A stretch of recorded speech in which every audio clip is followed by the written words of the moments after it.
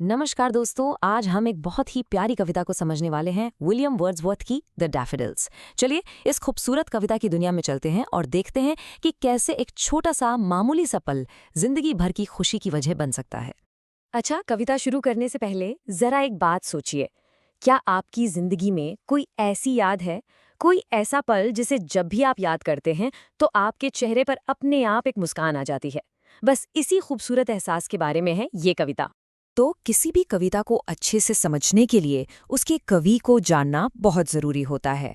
तो ये है विलियम वर्ड्सवर्थ, अंग्रेजी साहित्य के एक बहुत बड़े कवि, जिन्हें लोग अक्सर प्रकृति का कवि या पोएट ऑफ नेचर भी कहते हैं। वर्ड्सवर्थ जो थे वो रोमांटिक आंदोलन का एक बहुत बड़ा हिस्सा थे। अब इसका मतलब ये है कि वो प्रकृति को सिर्फ पेड़ पौधे या पहाड़ों की तरह नहीं देखते थे, बल्कि उन्हें उसमें गहरी भावनाएं, इमोशंस और जिंदगी की सबसे बड़ी प्रेरणा मिलती थी। तो चलिए अब देखते हैं कि उनकी ये सोच इस कविता में कैसे झलकती है। कविता की शुरुआत होती है कवि के अकेलेपन से। वो महसूस कर रहे हैं कि वो बिल्कुल अकेले हैं और बस यूं ही बिना किसी मंजिल के कहीं भटक रहे हैं। तो ये है कविता का पहला स्टैंजा। अब जरा ध्यान से सुनिएगा कि कवि अपने अकेलेपन को और फिर उस खूबसूरत नज़ारे को बताने के लिए कैसे शब्दों का जादू बुनते हैं। कवि कहते हैं, मैं एक बादल की तरह अकेला भटक रहा था। यहाँ वो अपने अकेलेपन की तुलना एक ऐसे बादल से कर रहे हैं जिसका कोई मकसद नहीं है, जो बस यूं ही पहाड़ियों और घाटियों के ऊपर तैरता रहता है। जब हम एज या लाइक का इस्तेमाल करके ऐसी तुलना करते हैं तो उसे इंग्लिश में सिमिली यानी कि उपमा अलंकार कहते हैं। और फिर अचानक से उनका ये अकेलापन टूट जाता है। उन्हें क्या दिखाई देता है? उन्हें दिखते हैं सुनहरे डैफोडिल्स का एक बहुत बड़ा झुंड। वो उसे अ क्राउड यानी एक भीड़ कहते हैं, या फिर अ होस्ट, जैसे मानो वो फूल उनका स्वागत कर रहे हों। और देखिए, ये फूल सिर्फ वहां खड़े नहीं हैं, वो हवा में नाच रहे हैं, डांस कर रहे हैं। यहाँ पर कवि ने फूलों को एक इंसानी गुण दे दिया है, जैसे वो भी इंसानों की तरह खुशी से झूम रहे हों। इसे हम कहते हैं पर्सोनिफिकेशन यानी मानवीकरण अलंकार। तो ठीक है, कवि ने डैफोडिल्स को देख तो लिया, पर इस मुलाकात का उन पर असर क्या हुआ? आइए अब अगले स्टैंजा में देखते हैं, जहां उनका अकेलापन धीरे धीरे एक गहरी खुशी में बदलने लगता है। दूसरे स्टैंजा में कवि हमें ये महसूस कराने की कोशिश करते हैं कि वो नज़ारा कितना विशाल था, कितना बड़ा था। वो बताना चाहते हैं कि वहां असल में कितने सारे डैफोडिल्स थे। वो फिर से एक सिमिली का इस्तेमाल करते हैं। वो कहते हैं कि डैफोडिल्स की जो लाइन थी वो उतनी ही लंबी और ना खत्म होने वाली थी जितने रात में हमारी आकाशगंगा, हमारी मिल्की वे में टिमटिमाते हुए तारे होते हैं। आप सोच कर देखिए, क्या कमाल का सीन होगा वो। कवि कहते हैं, मैंने एक ही नज़र में 10,000 फूल देख लिए। अब क्या सच में उन्होंने एक एक करके उन्हें गिना होगा? नहीं, बिल्कुल नहीं। ये एक तरह का बढ़ा चढ़ाकर बोलना है, जिसे हम हाइपरबोली या अतिशयोक्ति अलंकार कहते हैं।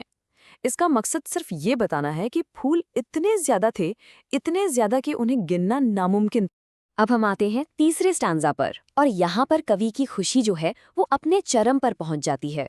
अब वो सिर्फ एक बाहर से देखने वाले नहीं रहे, बल्कि वो खुद उस खुशी का एक हिस्सा बन गए हैं। यहाँ एक बहुत ही कमाल की तुलना की गई है।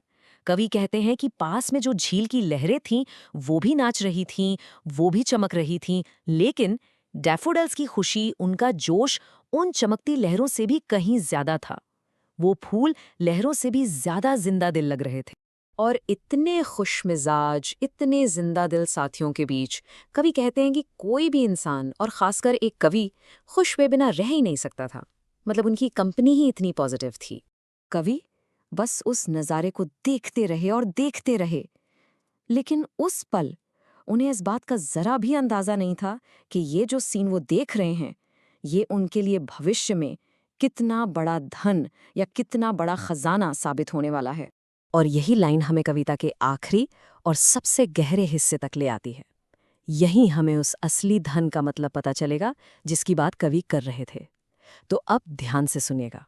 ये जो आखिरी स्टैंजा है, ये इस पूरी कविता का दिल है, इसकी आत्मा है। यही हमें पता चलता है कि उस दिन देखे गए डैफोडिल्स का असली जादू आखिर था क्या। कवि बताते हैं कि अक्सर बाद के दिनों में जब वो कभी अपने सोफे पर खाली मन से, वीकेंड या कुछ गहरी सोच में डूबे हुए, पेंसिव लेटे होते हैं, तो एक जादू होता है। तभी अचानक डैफोडिल्स का वो नज़ारा उनकी आंतरिक आंख में, यानी उनके मन में, उनकी कल्पना में एक बिजली की तरह कौंध जाता है। और यही वो पल है जब उनका अकेलापन अब बोझ नहीं लगता, बल्कि एक वरदान, एक ब्लिस बन जाता है। क्योंकि उसी अकेलेपन में वो उस खूबसूरत याद को फिर से जी पाते हैं। और जैसे ही वो याद उनके मन में आती है, कवि का दिल खुशी से भर जाता है और ठीक उसी तरह से नाचने लगता है जैसे उस दिन वो हजारों डैफोडिल्स हवा में नाच रहे थे। फिजिकली वो वहां नहीं है, पर उनका दिल और उनकी आत्मा वहीं पहुंच जाती है। तो अब हम समझे कि वो असली धन क्या था। वो कोई सोना या पैसा नहीं था। वो धन था एक कभी न खत्म होने वाली खुशी का, एक ऐसी खूबसूरत याद का खजाना जिसे वो अपने मन में हमेशा के लिए सहेज कर रख सकते थे और किसी भी उदास पल में उसे याद करके फिर से खुश हो सकते थे।